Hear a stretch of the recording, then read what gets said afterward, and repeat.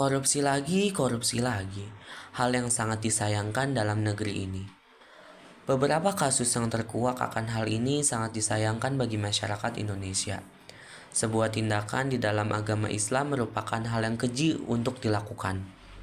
Dalam beberapa dekade ini, ada beberapa pejabat tersangkut kasus korupsi, mulai dari dana bansos, dana pembangunan BTS 4G, dan masih banyak lagi.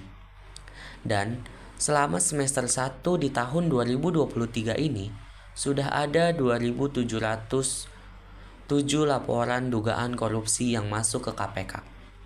Kalian kurang puas akan hal yang sudah diberikan? Isu ini selalu hangat untuk dibicarakan. Keterkaitan sifat Nabi dengan isu ini benar-benar bertolak belakang. Dengan ini, mari kita lihat beberapa penjelasannya. Pembahasan pertama dimulai dari sifat wajib Rasul. Yang pertama ada sidik yang memiliki arti benar, amanah, dapat dipercaya, tablik menyampaikan, serta fatonah yang memiliki arti cerdas. Selanjutnya ada sifat mustahil Rasul, antara lain, yang pertama kizib artinya bohong. Mustahil bagi Rasul untuk berbohong. Semua perkataan Rasul tidak pernah palsu. Yang kedua khianat, artinya yaitu mustahil bagi Rasul untuk berkhianat. Semua yang diamanahkan pasti akan dilaksanakan. Yang ketiga kitman, berarti mustahil bagi Rasul menyembunyikan kebenaran. Yang terakhir baladah, berarti mustahil apabila Rasul itu bodoh.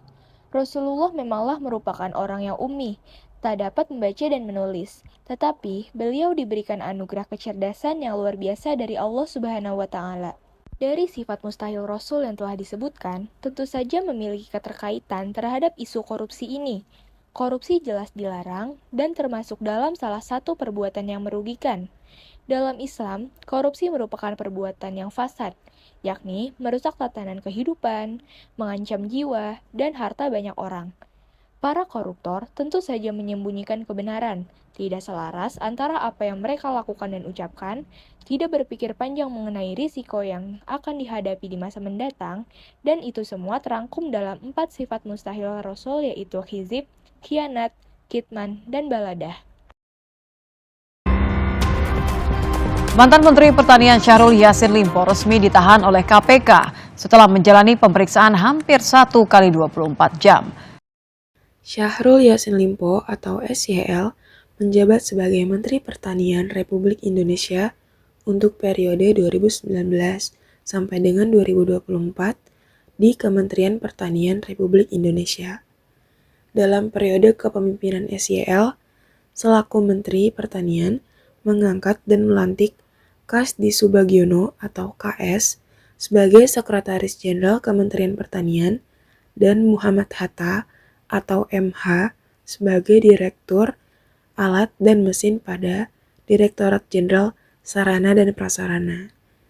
SYL kemudian membuat kebijakan personal yang diantaranya melakukan pungutan hingga menerima setoran dari AS internal Kementan untuk memenuhi kebutuhan pribadi termasuk keluarga intinya. Kurun waktu kebijakan SYL untuk memungut hingga menerima setoran berlangsung dari tahun 2020 sampai dengan 2023.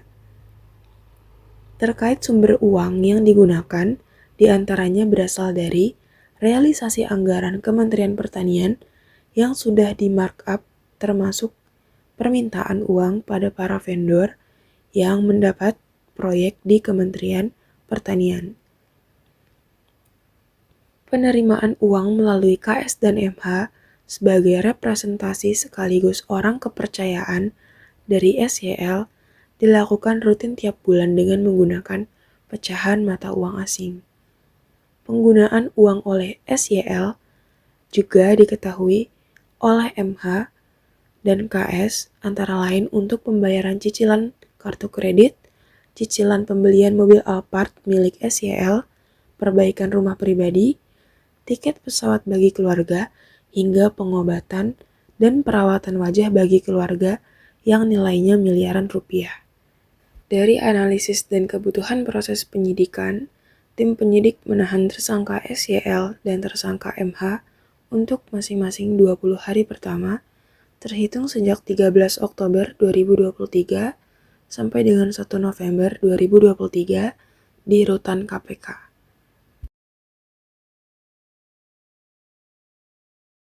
Salah satu ayat yang menyinggung tentang korupsi dalam Al-Quran terdapat pada surah Al-Baqarah ayat 188. أعوذ بالله من الشيطان الرجيم بسم الله الرحمن الرحيم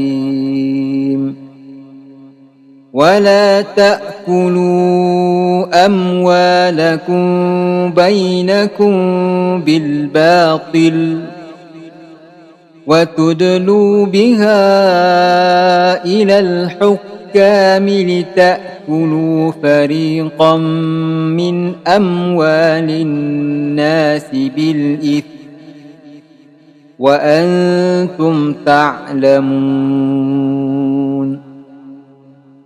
Yang artinya, dan janganlah kamu makan harta di antara kamu dengan jalan yang batil, dan janganlah kamu menyuap dengan harta itu kepada para hakim dengan maksud agar kamu dapat memakan sebagian harta orang lain itu dengan jalan dosa, padahal kamu mengetahui. Al-Quran, Surah Al-Baqarah ayat 188. Dapat kita tarik kesimpulan bahwa sangat penting bagi kita untuk menerapkan keempat sifat Nabi Muhammad SAW di dalam diri kita sejak dini, karena akan menjadi cerminan akhlak dan juga perilaku. Dengan tertanamnya sifat Nabi Muhammad SAW, senantiasa akan menghindari dari hal-hal negatif seperti kasus-kasus korupsi yang sekarang ini sedang marak, mencontek, dan berbagai hal negatif lainnya. Keempat sifat Nabi Muhammad SAW yang harus tertanam di dalam diri kita adalah yang pertama, yaitu as-sidik, yang artinya jujur. Seseorang yang menanamkan sifat as-sidik di dalam dirinya tidak akan berani untuk melakukan hal-hal yang dilarang oleh Allah Subhanahu wa Ta'ala, apalagi seperti kegiatan mencontek. Yang kedua ada amanah, yaitu dapat dipercaya. Seseorang dapat dikatakan amanah ketika ia berkata jujur, tidak menipu, tidak mencuri, dan memiliki keberanian untuk melakukan hal-hal yang benar. Amanah adalah kepercayaan yang harus diemban dalam menjalankan sesuatu dengan penuh komitmen, kompeten, konsisten, dan kerja keras. Sifat Nabi Muhammad SAW yang ketiga adalah tablik, yang artinya menyampaikan. Seseorang yang telah diberi amanah oleh orang lain untuk menyampaikan sesuatu, maka orang tersebut harus menyampaikan apa yang diperintahnya dengan tidak mengurangi sedikit pun. Yang terakhir ada fatonah, yang artinya cerdas. Fatonah memiliki pengertian sebagai cerdas dalam intelektual dan emosional. Sebagai mahasiswa, perlu untuk memiliki sifat ini, karena dengan kecerdasan ilmu, hidup akan menjadi lebih terarah. Selain itu, juga berpengaruh dalam menangkap tanda kekuasaan Allah Subhanahu wa Ta'ala.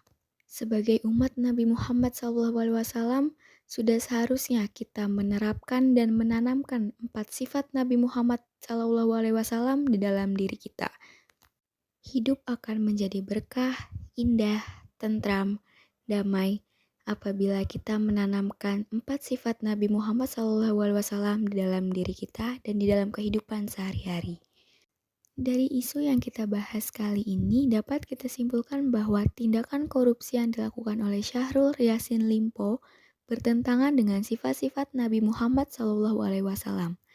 Tindakan ini tentu saja melanggar sifat jujur, amanah, serta fatonah yang ada di dalam diri Rasulullah SAW.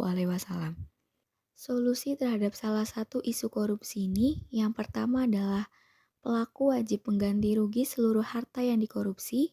Kedua, pelaku wajib menjalani hukuman sesuai dengan perbuatannya. Yang ketiga, lembaga yang menangani tindak korupsi wajib bersikap independen dan tidak mudah terpengaruh.